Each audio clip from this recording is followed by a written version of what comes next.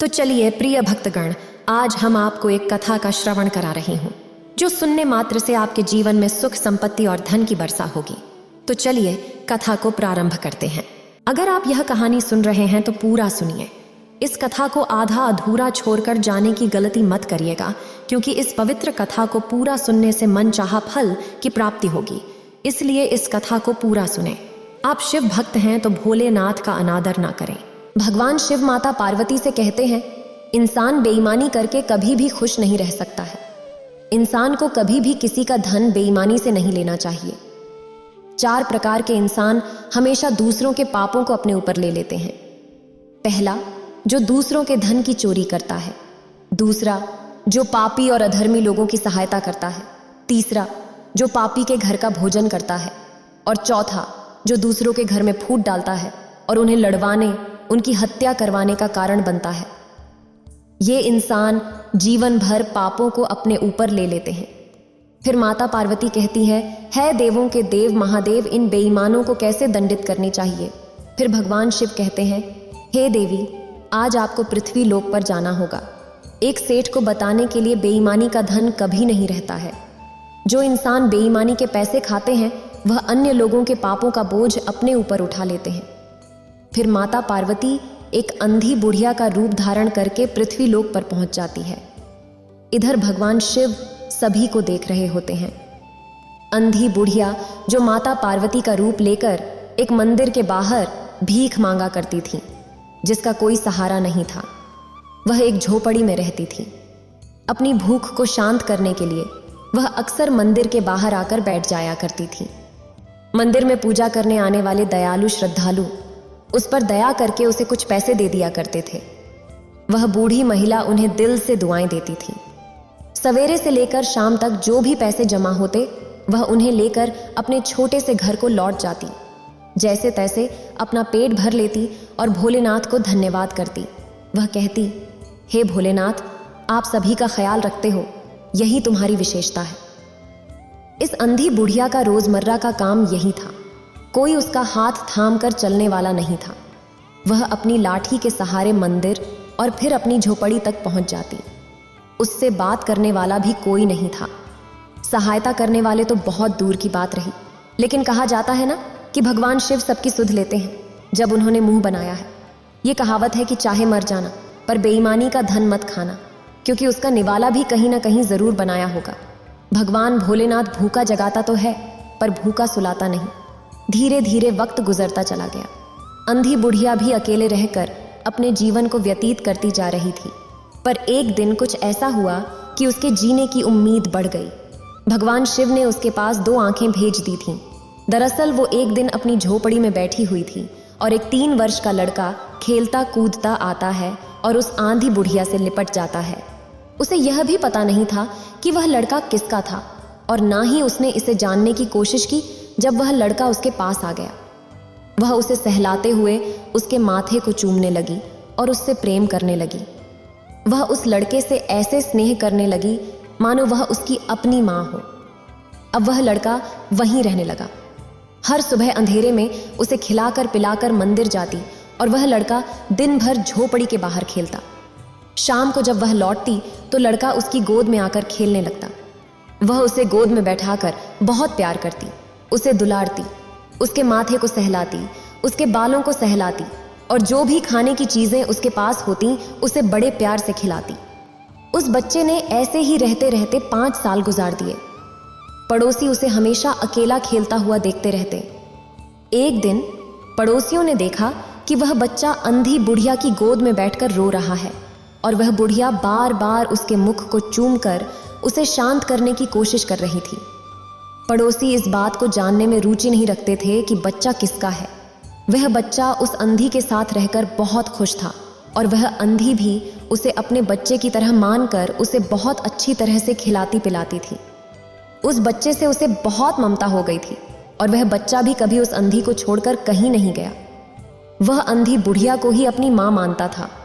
वह अंधी हमेशा उसके सुख दुख की चिंता करती थी। जब भी उसे कोई अच्छी खाने की चीज मिलती वह उसे अपने बच्चे के लिए संभाल कर रख लेती और शाम को अपने झोपड़े में आकर उसे बड़े प्यार से खिलाती। उसने अपनी झोपड़ी में एक हांडी रखी थी। भीख में मिले पैसों में से जो पैसे बच जाती थीं, वो उन्हें उस हांडी में संभाल कर रख देती थी और उसे किसी चीज से सही तरह से ढक देती थी ताकि कोई उसकी हांडी को देख ना ले और उसके जाने के बाद उसे चुरा ना ले जाए।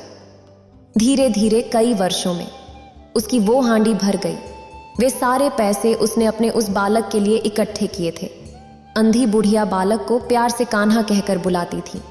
वो अपने कान्हा को सदैव छाती से लगाकर रोजाना सोया करती थी। एक दिन अंधी बुढ़िया ने नगर के एक बहुत प्रसिद्ध सेठ का नाम सुना कि सेठ गिरजाधर बड़े ही धर्मात्मा व्यक्ति है।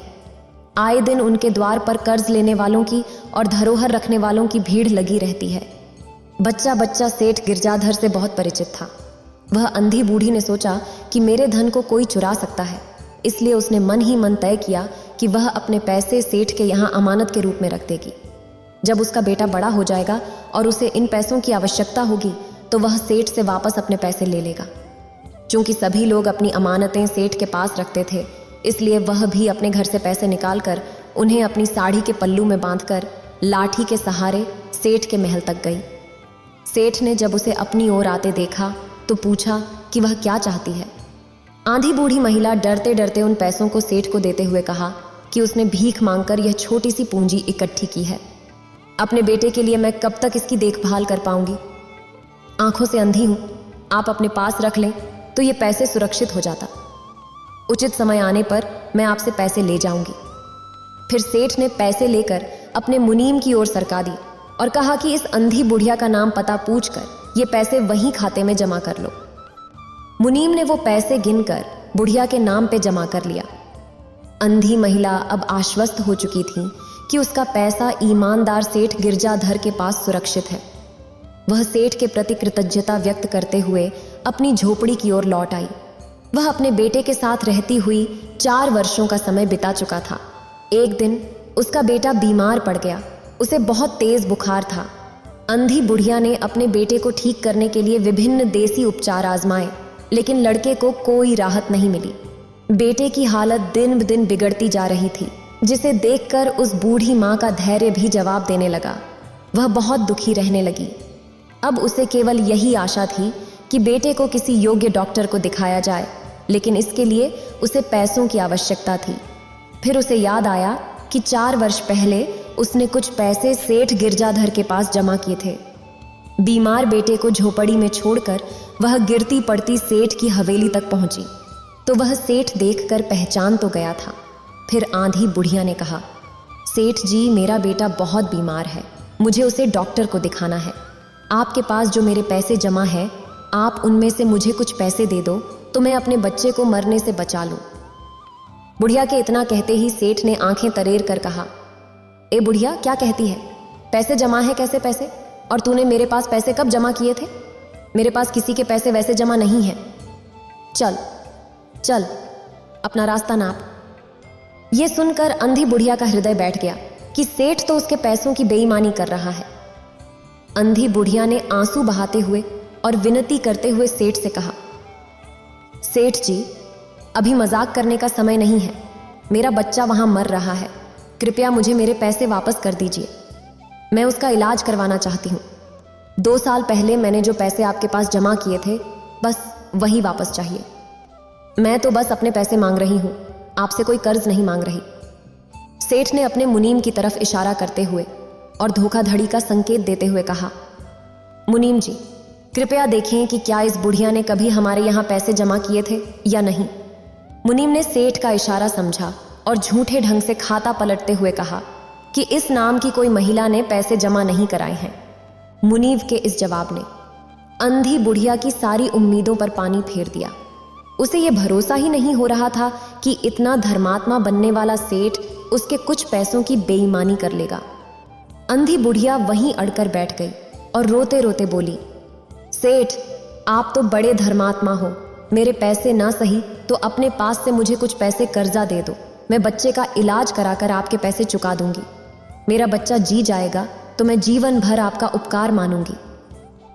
उस लालची सेठ ने अंधी बुढ़िया को उसके बेटे के इलाज के लिए उसके पैसे लौटाना तो बहुत दूर की बात थी, उसे कर्ज के रूप में कुछ पैसे भी नहीं दिए।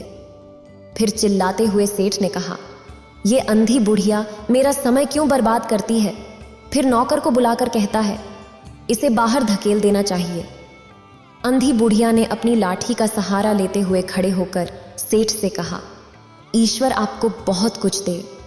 और इतना कहकर वह अपने झोपड़ी की ओर रोते हुए लौट गई। यह अंधी बुढ़िया का आशीर्वाद नहीं था, बल्कि एक मां के हृदय से निकला एक शाप था जो सेठ के लिए था।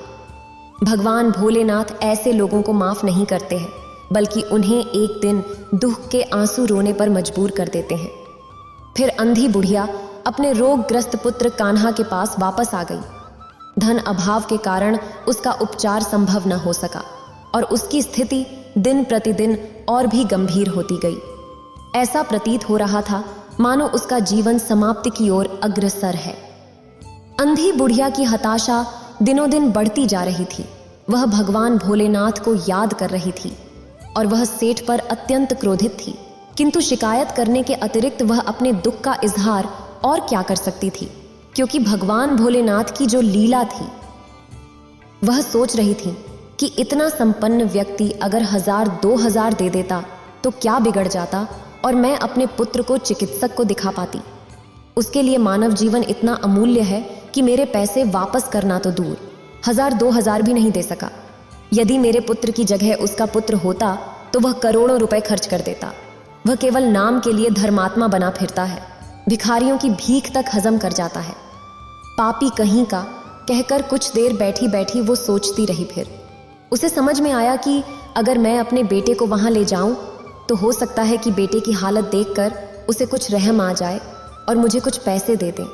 यही सोचकर वो अंधी दुखी माँ अपने कान्हा को लेकर गिरती हुई ठोकर खाती हुई सेठ की हवेली पर पहुंच गई और उसके द्वार पर बैठकर रोने लगी। बच्चे को गोद में लेकर वो रोए जा रही थी। बच्चा बुखार से बुरी तरह लहक रहा था और अंधी बूढ़ी माँ का कलेजा फटा जा रहा था। सेठ का एक नौकर किसी काम से बाहर आया था। अंधी बुढ़िया को विलाप करते हुए देख उसने यह सूचना हवेली के भीतर सेठ तक पहुंचाई। सेठ ने सेवक से कहा कि वह बुढ़िया पागल है, उसे यहां से खदेड़ दो। सेवक, जो सेठ के आदेश का पालन करता था, उस अंधी बुढ़िया के पास गया और उसे वहां से जाने को कहा, लेकिन उस अंधी बुढ़िया ने उसकी एक भी बात नहीं सुनी। सेवक ने उसे बहुत धमकाया, फिर भी वह वहां से नहीं हटी। थक हार कर सेवक सेठ के पास वापस लौट आया और कहा कि वह आंधी बुढ़िया यहां से जाने का नाम ही नहीं ले रही है, जैसे पत्थर की मूर्ति बन गई हो। आप ही कुछ कीजिए। सेठ की बात सुनकर सेठ गुस्से से लाल हो गया और गुस्से में दरवाजे पर पहुंचा। वहां पहुंचकर देखा कि अंधी बुढ़िया की गोद में 8 साल का लड़का बेहोशी की हालत में पड़ा है। बुखार से उसका शरीर तप रहा था। लड़के को देखकर सेठ के पैरों के नीचे जमीन खिसक गई। सेठ एकदम से आश्चर्य से भर गया। बुढ़िया के बेटे की शक्ल उसके ही बेटे से मिल रही थी, जो 8 वर्ष पहले एक मेले में खो गया था। सेठ ने अपने बेटे को बहुत खोजा था, पर उसका कहीं पता नहीं चला। उसे याद आया कि उसके बेटे की पीठ पर एक जले हुए चोट का निशान था। उसने तुरंत बालक की शर्ट हटाई तो पीठ पर जले हुए का एक बड़ा सा निशान दिखाई दिया। यह देखकर सेठ को यकीन हो गया कि वो लड़का उन्हीं का है। सेठ का चेहरा पसीने से भीग गया। उसकी आवाज में हकलाहट आने लगी और वह अपनी पत्नी को बुलाने लगा। विमला, विमला, देखो हमारा बेटा मिल गया। सेठ का चेहरा उस समय देखने योग्य था। उसने एक अंधी महिला की गोद से अपने बच्चे को उठाया और उसे अपनी छाती से लगा लिया। उसकी पत्नी घर के अंदर से भाग कर आई और अपने बेटे को देखकर उससे चिपक कर रो पड़ी। बच्चे का शरीर बुखार से गर्म था। सेठ ने चिल्लाते हुए नौकर से कहा, अरे जल्दी जाओ और किसी डॉक्टर को ले आओ। इस बीच सेठ बच्चे को लेकर घर के अंदर चला गया। अंधी बूढ़ी मां लाठी के सहारे खड़ी हो गई और चिल्लाने लगी, अरे पापी सेठ, तूने मेरे धन तो छीन ली थी, अब मेरे बच्चे को भी ले जा रहा है। सेठ ने जवाब दिया, नहीं नहीं, ये मेरा ही बच्चा है जो 8 साल पहले मेले से खो गया था। अब मेरा बच्चा मुझे वापस मिल गया है। मैं अपनी सारी संपत्ति बेचकर इसके इलाज में लगा दूंगा, लेकिन बच्चे को सही कराऊंगा। रोते रोते जोर से हंस पड़ी और कहने लगी, अरे पापी सेठ, ये तेरा बच्चा निकला आया तो तू सारी संपत्ति बेचकर लगाने को तैयार है। अगर मेरा बच्चा था तो तू उसे मर जाने दे रहा था। तूने इसे मारने में कोई कोर कसर तो नहीं छोड़ी? मुझसे पूछ, मैंने इतने वर्षों से इसे कैसे पाला है, और आज जो मुझसे उसे छीन कर लिए जा रहा है। इधर सेठ का बुरा हाल हो गया था। उससे कुछ करते नहीं बन रहा था, ना कुछ बोलते बन रहा था। सेठ बालक को लेकर अपनी हवेली के अंदर चला गया और अंधी बुढ़िया माँ कुछ देर वहीं खड़ी रोती रही। थोड़ी देर बाद वो लाठी टेकती हुई वह अपने घर की ओर बढ़ चली। उसे अपने बच्चे के स्वस्थ होने की आशा साफ नजर आ रही थी, परंतु अपने बेटे से दूरी का दुहक उसे परेशान कर रहा था। इस दौरान सेठ ने नामी डॉक्टरों को बुलवाकर अपने बच्चे की जांच करवाई। दवा के असर से उसका बुखार चला गया और जब उसकी आंखें खुलीं, उसकी हालत में बहुत सुधार हुआ। वह इधर उधर देखते हुए अपनी अंधी माँ को पुकारने लगा, लेकिन वहां मौजूद भीड़ के बीच उसे अपनी माँ नहीं दिखाई दी, जिससे वह और भी ज्यादा व्याकुल हो उठा। उसने अपनी आंखें बंद कर लीं और वह फिर से बीमार पड़ गया। वो अपनी जुबान से अपनी अंधी माँ के नाम की रट लगाए जा रहा था। डॉक्टर लोग भी सब परेशान हो गए थे। सेठ को तो कुछ समझ ही नहीं आ रहा था कि क्या करूं। बालक की तबीयत फिर से बिगड़ती जा रही थी। सेठ के आंखों के चारों ओर अंधेरा सा छा गया था। सोचने लगा, मेरा एक ही बच्चा था, इतने दिनों बाद तो मिला था। वो भी इस हालत में सेठ को लगने लगा था। उस आंधी बुढ़िया के बिना मेरा बेटा ठीक नहीं होगा। उसने फौरन अपनी बग्घी तैयार करवाई और शहर से बाहर उस बुढ़िया की झोपड़ी पर जा पहुंचा। सेठ बुढ़िया की झोपड़ी के अंदर गया था तो देखा कि अंधी बुढ़िया, जो माता पार्वती थी, वह जमीन पर पड़ी पड़ी रो रही थी। बुखार से उसका शरीर तप रहा था। सेठ ने अंधी बुढ़िया को हिलाकर कहा, तेरा बच्चा मरने के कगार पर है, कोई भी दवाई उस पर असर नहीं कर रही। वह तुझे बार बार पुकार रहा है। अब केवल तू ही उसकी जान बचा सकती है। मेरे साथ चल, तुझे देखकर वह जरूर स्वस्थ हो जाएगा, मुझे पूरा विश्वास है। सेठ को विनती करते देख अंधी मां ने उत्तर दिया, सेठ तू यहां से चला जा और अपने बच्चे को बचा ले। अगर वह मरता है तो उसे मर जाने दो। आखिरकार तूने ही उसे इस हालत में पहुंचाया है। अगर तू मेरे पैसे वापस कर देता तो मैं उसका इलाज करवा सकती थी। अब मैं क्या कर सकती हूं? अगर वह मर जाता है तो मैं भी मर जाऊंगी और स्वर्ग में जाकर अपने बेटे से मिलूंगी। सेठ बूढ़ी औरत के इन शब्दों को सुनकर स्तब्ध रह गया, रो पड़ा और उस अंधी बूढ़ी के पैरों में गिरकर बार बार माफी मांगने लगा। इतना बड़ा सेठ आज एक भिखारिन के चरणों में पड़कर अपने सिर को झुका रहा था, कह रहा था, माँ आज अपनी ममता की इज्जत से बच्चे को बचा लो।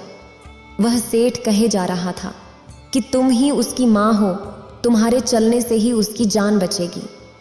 फिर माता पार्वती उस सेठ को सबक सिखाकर उस बालक के पास चली जाती है। जैसे ही अपनी ममता का हाथ उसके सिर पर प्यार से हाथ फेरते हुए कहा, कान्हा कान्हा मैं यहाँ आ गई हूँ। जैसे ही कान्हा ने अपनी माँ के हाथ का स्पर्श महसूस किया, उसने अपनी आंखें खोल दी। उसे समझ में आ गया कि यह उसकी माँ का ही हाथ है। वह माँ कहते हुए अंधी माँ से गले मिल गया। अंधी माँ ने उसके सिर को अपनी गोदी में रखा और उससे वार्तालाप करने लगी। धीरे धीरे उसे सुकून मिलने लगा और कुछ ही समय में वह पूरी तरह से स्वस्थ हो गया। उस अंधी माँ के प्रेम ने जिसने कान्हा को ठीक कर दिया। कान्हा के ठीक हो जाने के बाद अंधी माँ ने सेठ से कहा कि अब वह अपनी झोपड़ी में वापस जाना चाहती है। सेठ ने कई बार उसे वहां रहने के लिए कहा, पर अंधी बूढ़ी माँ ने मना कर दिया। इस पर सेठ ने उसे उसके पैसे वापस करने की पेशकश की और कहा कि आप अपनी धरोहर ले जाएं। अंधी माँ ने जवाब दिया, सेठ मैं इन रुपयों का क्या करूंगी? मैंने ये सब अपने बेटे के लिए जमा किए थे, ये पैसे उसे ही दे दो। फिर वहां से अंधी बुढ़िया, जो माता पार्वती कैलाश पर्वत के लिए लौट गई। इधर सेठ को अपने किए पर पछतावा हुआ। वह बार बार अपनी आत्मा की आवाज सुनता था कि सेठ तुम बहुत पापी हो, तुम अमीर होकर भी भिक्षुक हो और वह अंधी भिखारिन होकर भी दानी है। उसने तुम्हें अपना बेटा और अपने पैसे दोनों दिए। उसने तुम्हें एक महत्वपूर्ण सीख भी दी। सेठ की दौलत उस अंधी बूढ़ी भिखारिन के प्रेम के सामने निरर्थक साबित हुई। इतना कहकर भगवान शिव इस कथा को संपन्न करते हैं। इस वीडियो को बोलते समय कोई त्रुटि हो तो मैं क्षमा चाहती हूँ। उम्मीद है आप सभी को यह वीडियो अच्छी लगी होगी। अगर आप शिव के सच्चे भक्त हैं तो चैनल को सब्सक्राइब और वीडियो को लाइक करके कमेंट में हर हर महादेव लिख दीजिए।